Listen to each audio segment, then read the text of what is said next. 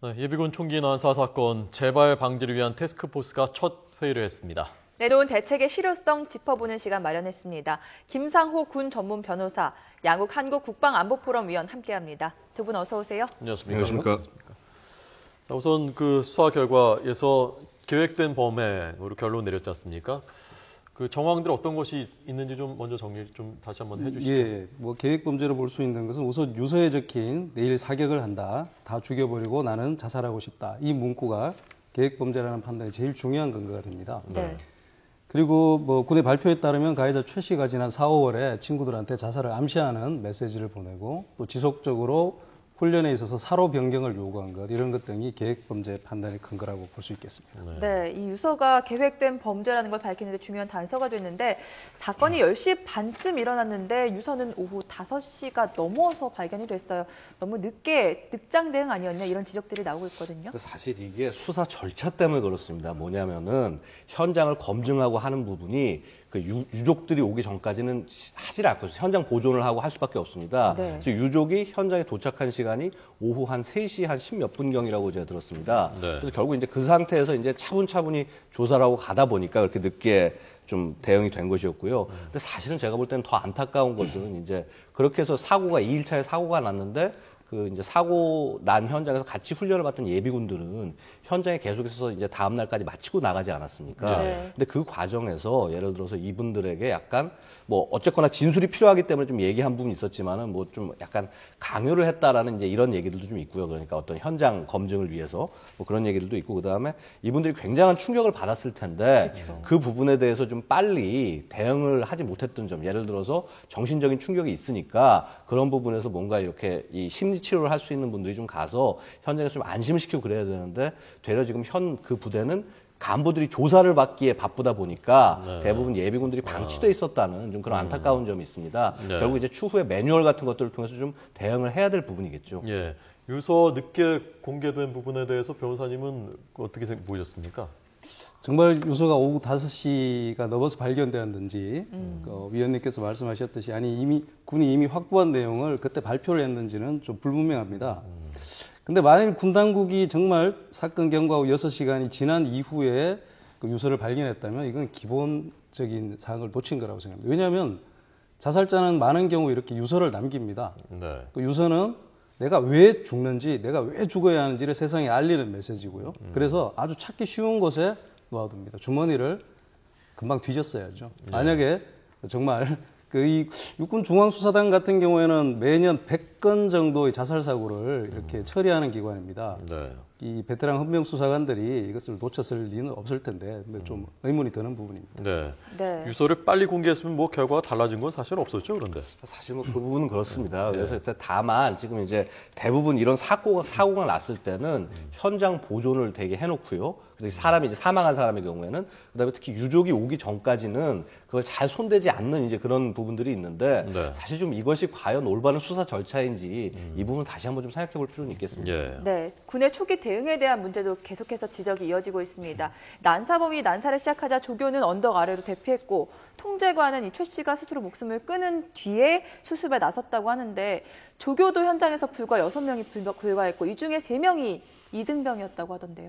그렇습니다. 사실은 이게 지금 예비군 부대들이 갖고 있는 가장 큰 문제입니다. 그래서 보통 대대로 편성이 돼서 훈련을 하는데요. 그럼 대대 안에 뭐 한 4개 정도의 중대가 있을 겁니다. 네. 근데 그러면 그 중대가요, 중대에 있는 현역 인원이 한 중대가 실제는 한 10명 정도밖에 안 됩니다. 그러니까 군대 수준입니다. 예. 이 인원들이 자기 안에 이렇게 배속이 되면 200명, 300명 되는 인원들과 통제를 해야 되는 그런 상황입니다. 결국 여기 사선에서도 문제가 뭐냐면 20개 사로가 있는 사선인데 거기에 예를 들어서 좌측 끝과 우측 끝에 통제관이 있고 중앙통제관이 있고 그다음에 그걸 전부 이렇게 하는 조교는 불과 6명밖에 없었다. 즉 네. 사로마다 한 명씩 배치가 안 됐었다는 얘기고요. 그래서 사실 조교가 부사수 역할도 하는데 그 부사수 역할을 예비군들이 하게 되는, 그러니까 결국 전형적으로 인력이 부족한 상태에서 훈련을 진행을 하다 보니까 생긴 문제다, 근본적으로는. 네. 그 다음에 또 이제 대응에 대해서 도망갔다라고 얘기하는데 저는 좀 이 부분에 대해서는 좀 다시 한번 봐야 될 것 같습니다. 왜냐하면은 네. 상대방이 무장을 하고 있는 사람에서 떨어져서 지금 바로 옆에 있는 것도 아니고 예를 들어서 한 뭐 5m, 6m 떨어진 사람이 네. 과연 총을 난사할 수 있을 때 거기에 뛰어들 수 있는 사람이 누가 있을까? 네. 방탄조끼야 뭐 헬멧 같은 것도 신형이 아니고 막 제대로 된 것이 없는 상황에서 과연 그 부분까지 우리가 비난할 수 있을까에 대해서는 예. 한번 생각을 해봐야 될 것 같습니다. 예. 자, 인력 부족이라고 하는데 그 현실적으로 그렇다고 해서 예비군 부대의 병력을 갑자기 지금 더 늘릴 수도 없는 것이지 않습니까? 네, 이 문제 어떻게 그렇습니다. 해결해야 되겠습니까? 일단은 뭐 사격 훈련에 있어서만큼은 1대1 통제가 이루어질 수 있도록 반드시 그 조치는 선행되어야 될 것입니다. 그 병력들을 지원을 받아서 그 네. 조치부터는 시행을 해야겠죠. 예. 네. 사건 과정도 하나하나 짚어보면은 이 최모 씨가 일사로를 선호를 했다고 합니다. 그렇게 일사로에 배정받기 위해서 계속해서 줄을 바꿨는데 이것도 가능한 일입니까? 훈련 그러니까 과정에서. 실제 이제 뭐 저도 뭐 훈련 갔다 온 지 한 10년 지나서 그렇긴 하지만은 네. 여태까지 기억을 돌려보거나 최근에 다녀온 사람 말씀들 들어보면은 이 보통 줄을 쓰고 사로에 줄 쓰는 것 자체가 딱 내가 몇 번 교본에 따라서 딱 정해진 것이 아니라 네. 서로 얘기해서 바꿀 수가 있는 그런 상황입니다. 네. 그래서 이 부분에 대해서는 참 이제 안타깝지만은 실제 훈련을 진행하는 과정에서 그렇게 될 수밖에 없었고요. 그 다음에 이제 예를 들어서 사실 더 문제 중에 하나가 이제 총기를 고정하는 고정틀과 그 다음에 이렇게 거기 총기에 연결하는 안전고리가 있는데 네. 이거를 제대로 결합을 했는지 결합을 안 했는지 조교들이 제대로 보지 못했다라는 점. 사실 이제 이런 부분들이 사고가 나게 되는 어떤 그런 시발점 중에 하나가 될 수 있었던 거죠. 예. 사실 이거 예비군 훈련 갔다 온 분들은 다 뭐 아는 거지만 이 매뉴얼이라는 게 사실상 작동하지 않죠. 거기서 통제도 잘 안 되고 저도 그렇고 뭐 양 의원님도 그렇고 거기서 조교들이 말해도 잘 콧방귀 끼고 그랬지 않습니까?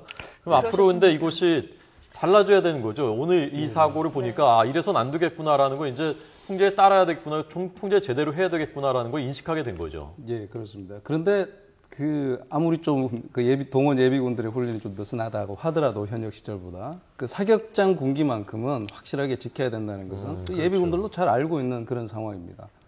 네. 통제가 부실했던 점은 뭐 부인할 수 없을 것 같습니다. 그러면 아까 말씀하신 대로 그 사격장에서만큼은 인원들을 더 배치하고 거기서는 1대1로 통제할 수 있게 그것은 현실적으로 지금 가능합니까?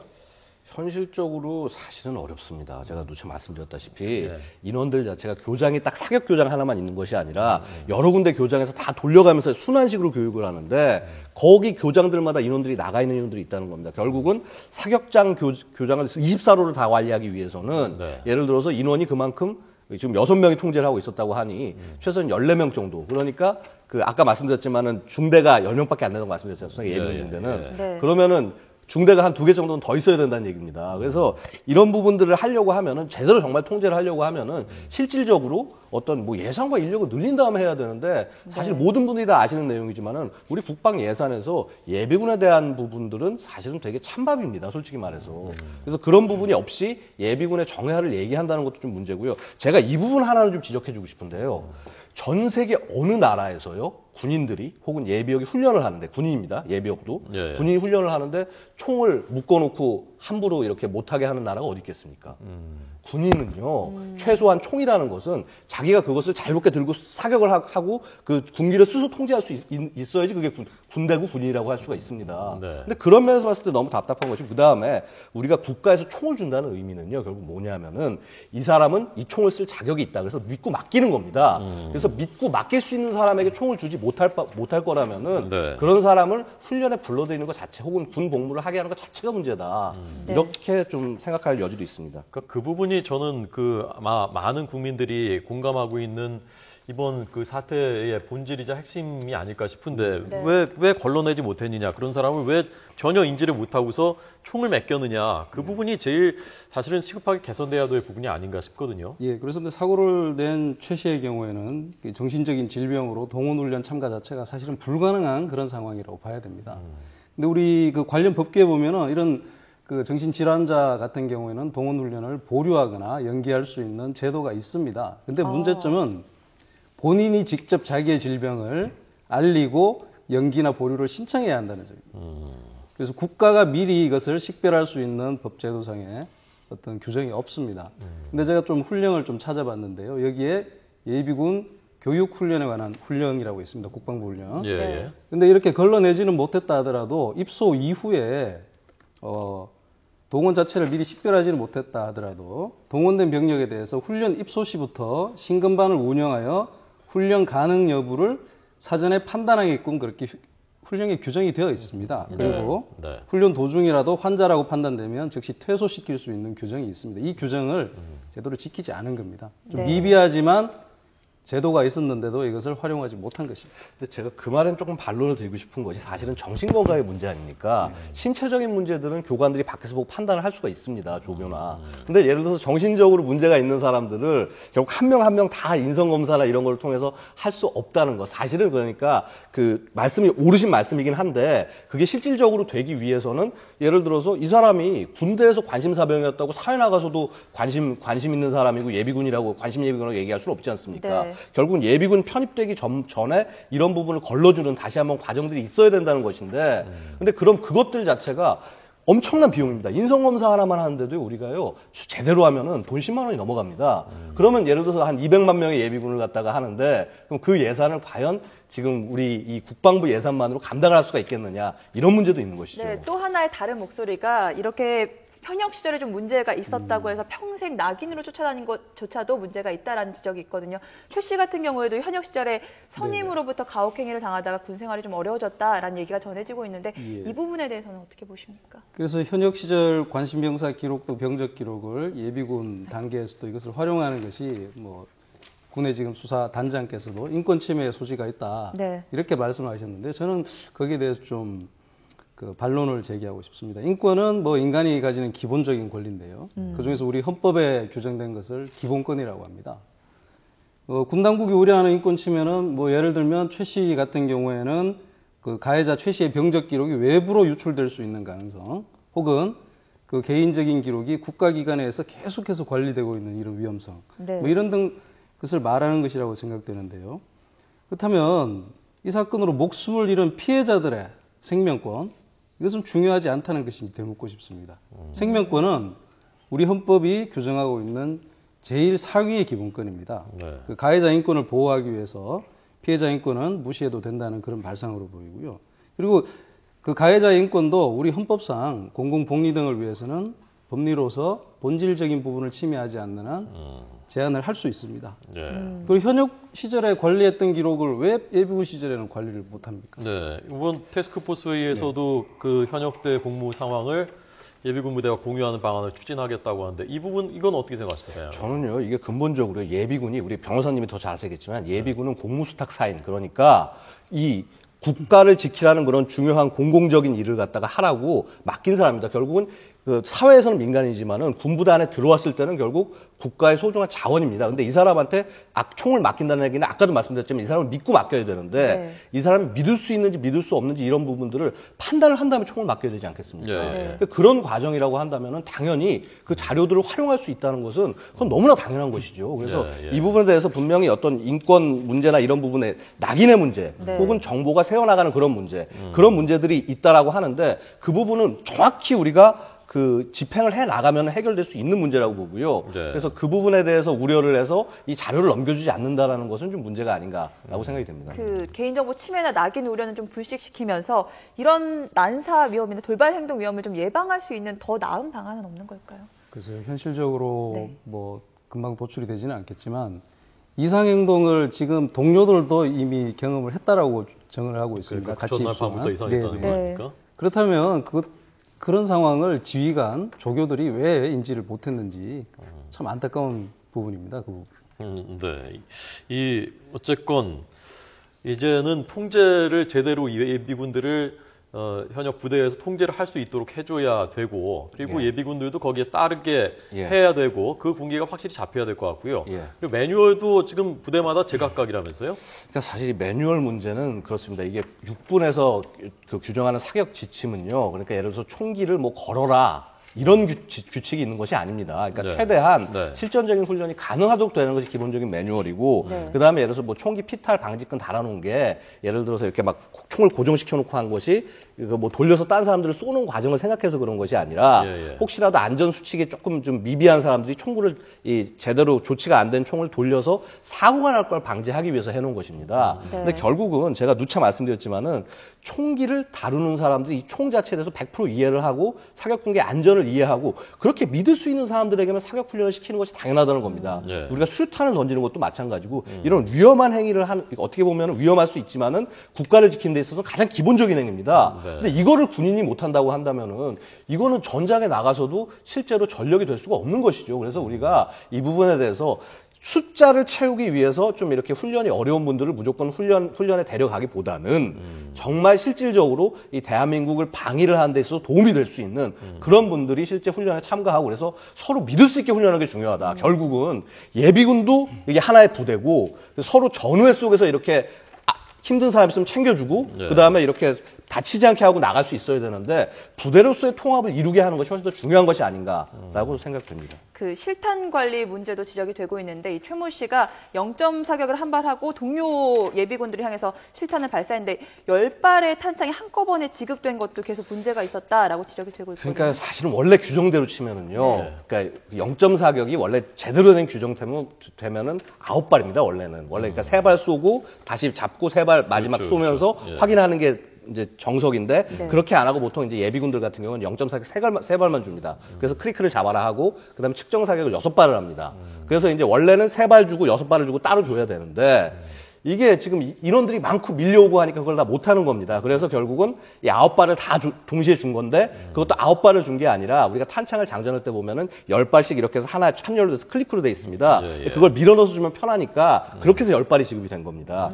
결국은 뭐냐 하면은 규정이나 절차 같은 것이 아무리 우리가 까다롭게 잘 해놨다고 하더라도 실무 부대에서 그거를 못 지키면 문제인 거고 그다음에 실무 부대가 그걸 지킬 수 있는 역량이 되어 있지 않으면 뭐 문제라는 겁니다. 근데 실무 부대들이 그런 역량이 되어 있지 않게 인원도 부족하고 자꾸 인원은 밀려오고 교육 시간 내에 교육은 해야 되고 이런 식의 성과를 강요하는 상황에서 그래서 그것을 지키지 못했다. 물론 실무부대 잘못한 것이지만은 그런 구조를 애시당초 짜놓은 것 자체가 잘못이 아닌가 이런 판단도 할 수 있지 않겠습니까? 네. 이번에 태스크포스에서 내놓은 대책들 중에 보니까 이 방탄복하고 통제 인원들한테 방탄복하고 실탄 지급하는 방안 이 부분의 실효성 어떻게 보셨습니까, 변호사님? 예, 통제요원들에게 방탄복 지급하고 뭐 사격구역에 1대1 조교를 배치하는 것. 네. 이것은 현재가 아니라 과거에 미리 실천을 했어야 되는 너무나도 당연한 문제고요. 그런데 통제요원들에게 실탄을 지급한다는 것은 조금 문제가 있다고 생각합니다. 뭐 이는 통제요원들이 위급 상황에 이렇게 제압을 할 수 있도록 지급을 한다. 뭐 이런 그 뉘앙스로 들리는데요. 사실 이걸 좀 강학상으로 말씀을 드리면 경찰력의 발동입니다. 국내 경찰 작용의 발동이라고 봐야겠죠. 이러한 업무는 우리 군 헌병이 맡고 있습니다. 근데 현재 헌병이 무기 사용을 하는 데 있어서도 법률적인 근거가 없다고 해서 법사위에서 계속 지적을 당하고 있습니다. 그 대통령령인 헌병 무기 사용령밖에 없으니까 이것을 입법화시켜라 라는 이러한 상황에서 뭐 헌병도 아닌 일반 군인의 무기 사용을 법률적인 근거 없이 이렇게 지급하겠다고 하는 것은 좀 문제가 있다고 보고요. 이 부분은 국방부 법무관리관실의 법률 검토가 분명히 있어야 된다고 생각합니다. 네, 사수를 보호하기 위한 뭐 방탄 유리도 설치한다 이런 대책들도 나왔는데 양욱 의원님 어떻게 보셨습니까? 설치는 분명히 할 수 있습니다. 그다음에 그것이 도움이 될 수도 있고요. 근데 누차 말씀드렸지만은 그렇게 할 수 있는 예산을 정말 우리 국방부나 다 가지고 있느냐. 지금 예비군 훈련장이 한두 군데가 아닙니다. 그걸 다 할 수 있는 게 일단 문제고, 그다음에 아까 지금 이제 실탄 문제 이제 그 법률적인 관점에서 우리 변호사님께 말씀해 주셨지만은 사실은 뭐냐면 이거는 뭔가 뒤에서 총 들고 지키고 있다가 제대로 안 하면 쏴버리겠다는 얘기로 국민들은 받아들일 수가 있습니다. 예비군들은. 그러면 결국 이거는 총 준 사람을 믿지 못하는 거하고 똑같은 행위거든요. 그래서 결국은 뭐냐면 정말 중요한 거는 이 부대원을 믿고 그다음에 그 부대원하고 하나가 돼서 나가서 싸워야 되는데 그게 안 된다. 훈련에서조차 그게 안 된다라고 한다면은 그 부대가 과연 실제 전쟁에서 얼만큼 도움이 될지, 대한민국 방위에 있어서 무슨 도움이 될지 이런 부분을 생각을 해봐야 된다는 거예요. 결국은 예비군도 부대고 부대로서의 통합성을 만들어주고, 그래서 꼭 이 훈련을 하는 데 있어서 첫날 되면 뭐 기본적인 교과목을 돌리는 것이 중요한 게 아니라 정말 거기 앉아있는 사람들끼리 1일차는 서로 이렇게 막 통성면도 하고 뭐 살아온 얘기도 서로 하고 힘든 얘기 있으면 나눠주기도 하고 하면서 일단 부대로서 하나를 증편하는 것, 이게 제일 먼저 돼야 될 일이 아닌가. 그래서 좀 예비군 교육 훈련에 그 실질적인 내용부터 좀 약간 좀 손을 봤으면 하는 생각입니다. 예. 참 관심 병사만 해도 뭐 점점 더 늘어나고 있다고 하니까요. 이걸 어떻게 관리를 해야 되는 것인지 두 분 말씀 드리면서 참 생각을 좀 많이 하고 깊이 하고 대책을, 실효성 있는 대책을 세워야 되겠다는 생각을 했습니다. 오늘 두 분 잘 들었습니다. 고맙습니다. 고맙습니다. 감사합니다.